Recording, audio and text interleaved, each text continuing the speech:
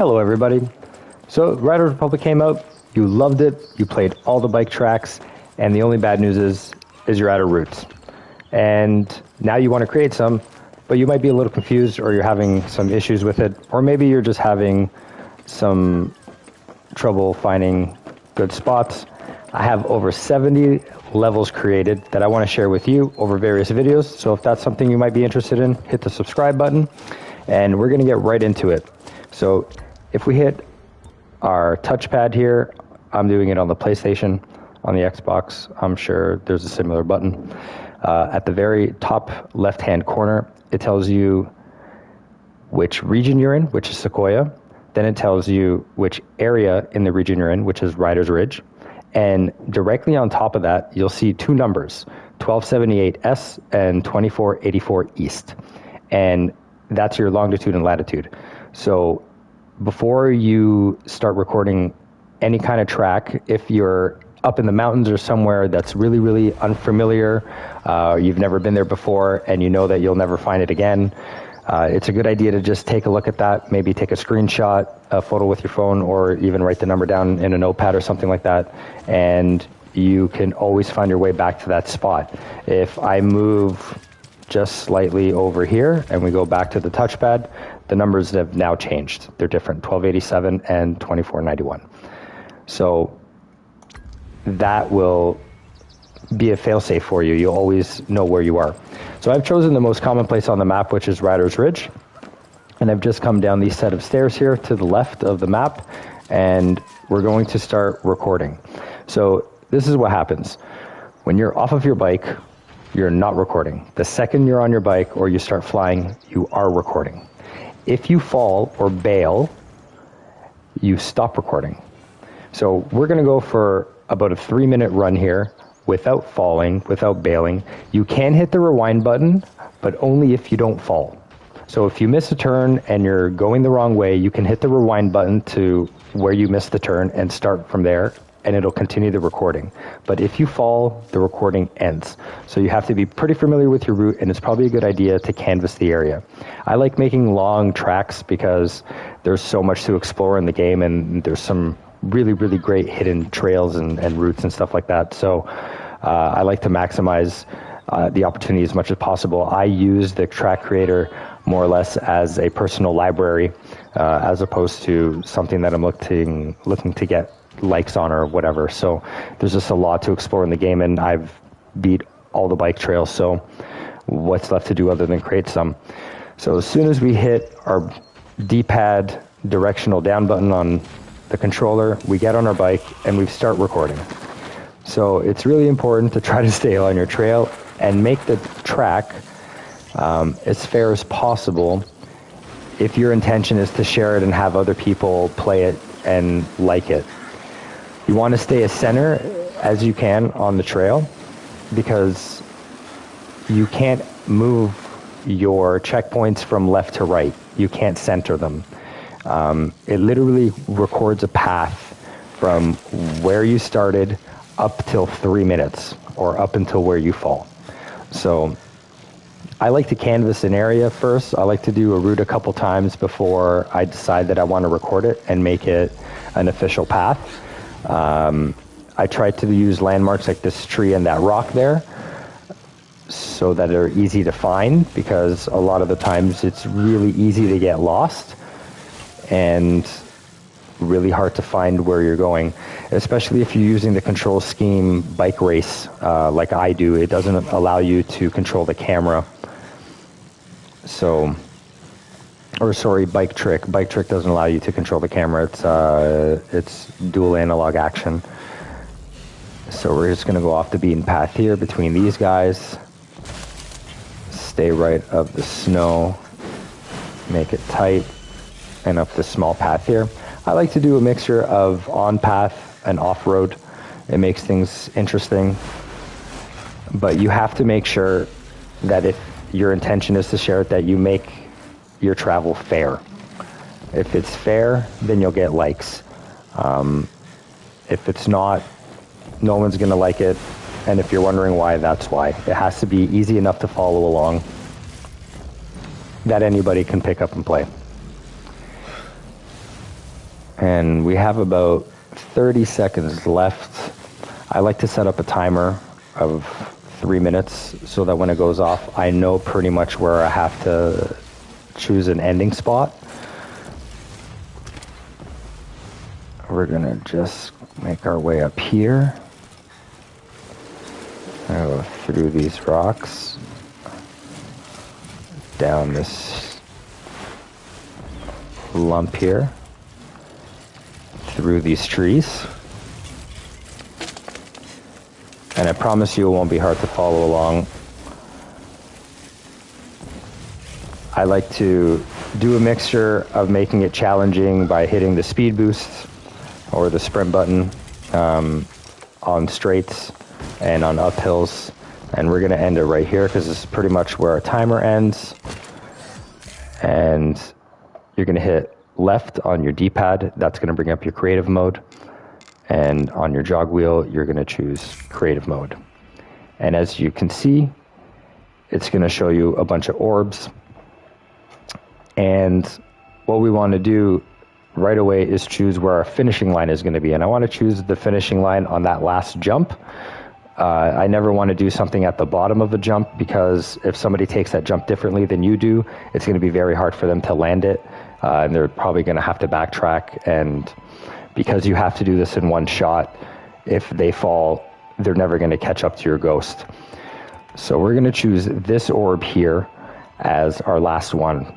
If you have one up around, choose the one that's closest to that jump. That way they can do it. Now to make that the finishing line, we're going to hit the right button on the D-pad. And that will make it the finishing line from now on.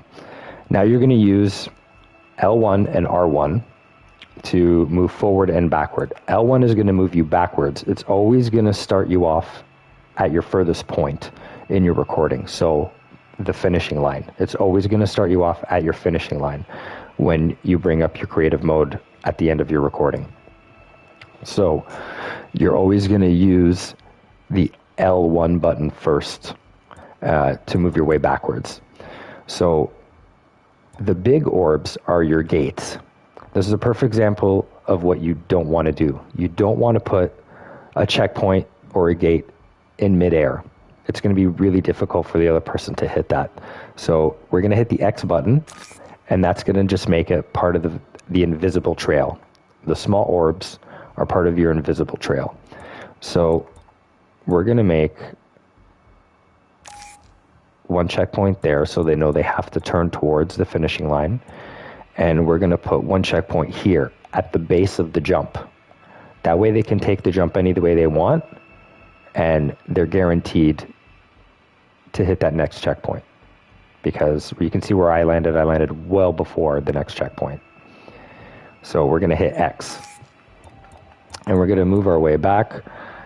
And you can use your R2 and L2 to zoom in and out to give you a bigger scope of what your entire path looks like. Again, it's always important to choose. I like to go in close, and I like to see that I can see the next big orb. If I can't see the next big orb, then that means you can't see where the next checkpoint is, which means the player can get very, very lost on the map. So you always want to put guides. We're going to put a gate there.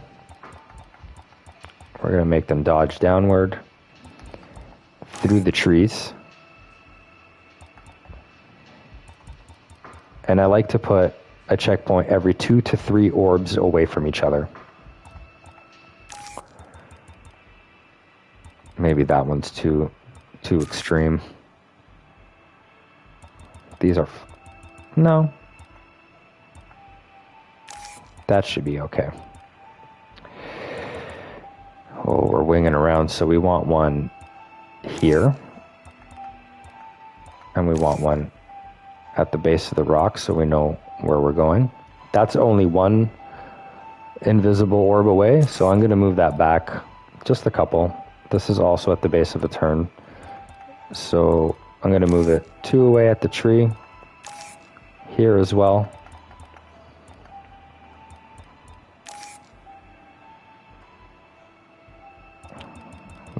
Nice short guide so we don't get lost. We'll put one there. Let's see what the view's like from here. We can see that, but just to make it safe, we're going to put one here. We're going to avoid putting it inside the snow. That way they can go around if they choose. And it's really important that if you're going off the path, your checkpoint should be the closest orb off the path. If it's not, it's going to be extremely hard to follow. So that's something you might want to consider when you're putting up your checkpoints. Here we don't need so many because we're following a path. Now you see these orbs that are off. If we choose it there, the checkpoint is going to be off center, and it's going to force the person who's playing, or even yourself who's playing it later, to go off the path. And so you always want to choose the orbs that are most center to the path. Nice clean leading lines. And so we come onto the path here, so we want to make sure we have... No, that's good enough there because that leads us right back to the path.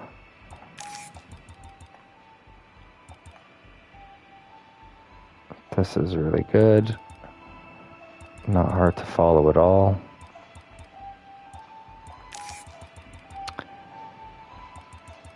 And we're on the path, so we don't need them so close to each other. Here we're going to put one there. And yeah, one right here, so the player can choose which way they want to go. And of course, see, this one is on and off the path. We're going to choose the one directly off the path so they know exactly where they need to go. That one's pretty center.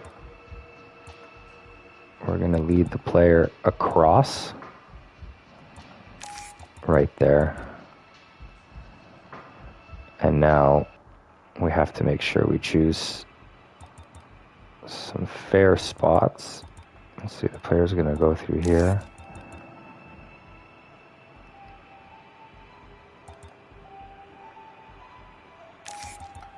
Couple away. We're just, yeah, right off the path so they know where they're going. This one's on the path, so we don't need so many orbs close to each other. We can do them as the computer has set them spaced, as long as they're center. We have another off path coming, so first gate off the path.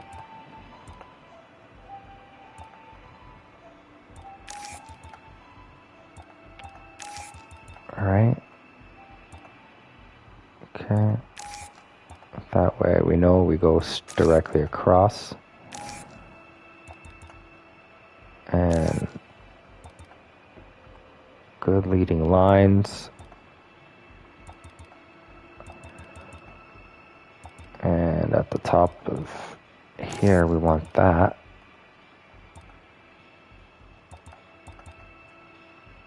Yep, so that should be good. Seekers?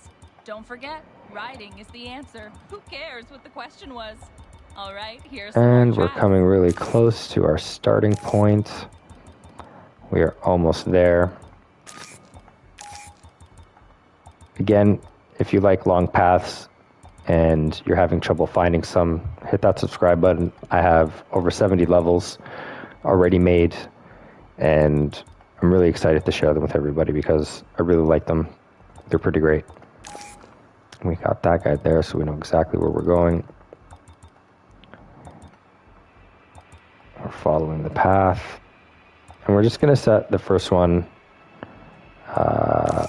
directly in front so we know that's just where we're going. We're following this path, and that's it. And we're going to hit the Save and Publish button.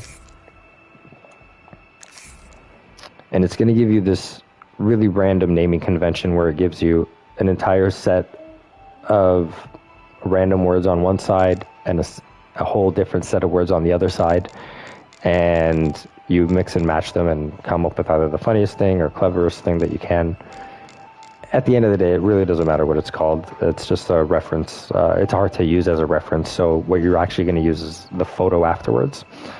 So we can call this, we can call it a dash. And we can call it the North Dash, you know, because we're near there. And we're going to choose a JPEG that best shows what that ride is. And it's kind of something like this. I don't know. It's also something like that. So something that will remind you of what it is. That's it. And we've shared it. And what we're going to do is we're going to hit the start button, go over to the creations tab, down to browse events, and this is where you're going to find your level, my stuff, and I'll just scroll down here. This is all of my stuff, and the levels I've created, they're all about 3 minutes long, nice big long routes in every single part of the Riders Republic map.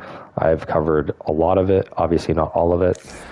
70 is maybe a quarter of what potentially there can be without repeating routes and stuff like that. So we're just going to hit the start button. Make sure you don't choose the first option. It's delete. I don't know why they did that. It's silly.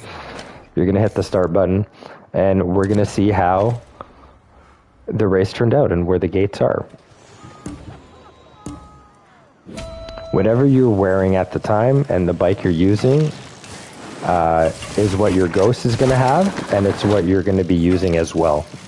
So you can theme your ghost with every spot that you choose, or you can have a black dark ghost that's kind of shadow-like and non-distracting. So far the course is pretty straightforward because we've chosen all these paths. It was probably a good idea maybe to put a gate at the base of the waterfall there, so we know what's going on. But so far we're able to see all our gates, one to the next, without having to guess where to go, which is exactly what you want. Cross up and through the trees to the left, and we're back on the path again, which is pretty straightforward. No guessing there.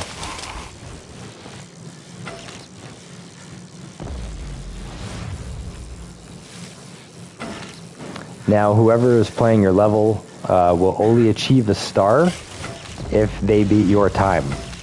So it's up to you. You can be challenging if you choose so, or you can just stroll, not use the sprint button, and allow everyone to really enjoy your level, or really challenge them. It's completely up to you. Race time! Hurry on over before you miss the party. And so our ghost is keeping up. Again, pretty straightforward. Hit that gate.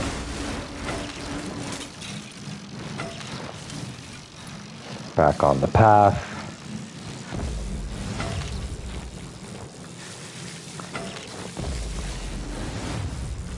Every time you veer off the path, you do slow down quite a bit, regardless of what kind of bike you have.